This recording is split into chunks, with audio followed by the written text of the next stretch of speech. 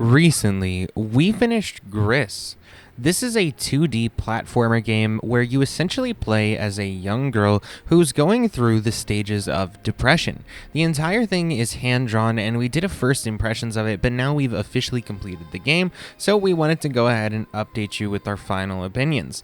This game is very, very good, and I can honestly see how games like Planet of Lana took this idea and moved it even further, as well as, of course, they took from things like Limbo or Inside previously, making a cinematic 2D platformer. Now, the art style is very unique and has this almost pop art style effect, and the way the statues are kind of pieced together looks very fascinating, and on top of that, the fact that it's all hand-drawn gives it this really whimsical and fascinating element.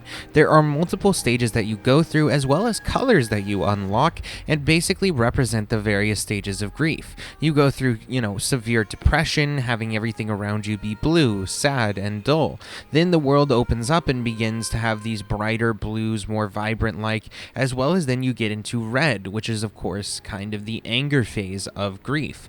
As you continue through, you go through various different environments, including caves, underwater areas, and you complete various different puzzles, typically by going and obtaining stars that when you stand near a constellation, they will insert themselves into said constellation. Once you have enough stars, it usually creates a bridge or triggers some sort of cutscene in order to move you on to the next bit.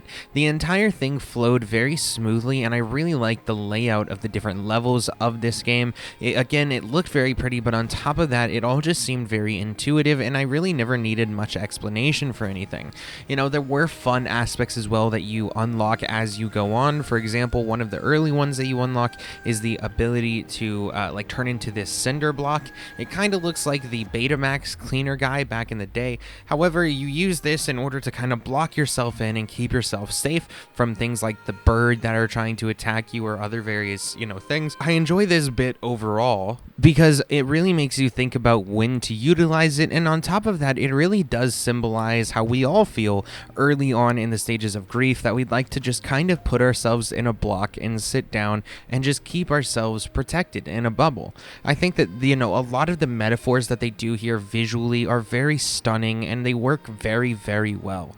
On top of that, I really like how the various red birds that you or butterflies rather, that you jump on, they're very cool, and also finding them throughout the underwater levels can be quite difficult and very satisfying, especially when there are these very large areas. Figuring them out and kind of mapping them out yourselves is very, very fun, and overall really feels like there's a lot of variation in how you can complete the game, even though it is pretty linear. On top of that, I really like how the underwater areas look, and I really like how they use lighting effects towards the end. For example, you'll have to jump on things and kind of just trust the lights underneath it when you're in these dark caves, or at the end you have to use these lights that light up and then illuminate various different platforms that you can jump on. One of the main things here is that type of mechanic where it's like, hey, you have to light this up to see this, or for example, if you are beneath something, if you jump on top of it, basically you can jump through things, and then whatever is the line beneath you, the first line beneath you, is what you'll end up landing on. It creates this interesting way where you have to figure out where you can navigate to, and especially because you can also go behind certain pillars or certain things that maybe you think you might not be able to. It really keeps you on your toes and makes you really have to kind of check through everything, smash everything, and try to walk through absolutely everything. By the end of it, I really felt like I got a lot out of it, especially considering I had to do quite a bit of exploration in order to complete the game fully. I think that overall the game does have a couple parts that are a little annoying. For example, I think sometimes, especially when it zooms out, it's really hard to see those red butterflies, and that can make it a little frustrating, but for the most part, this game is very concise, very clean, very good. I'll give it a 4 out of 4 stars.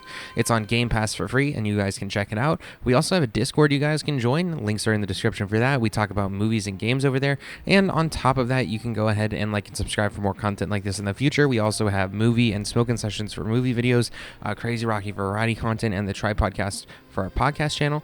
And also we have a memberships, so if you want to learn about that, click the link in the description below. All right, guys, I'll see you all in the next one.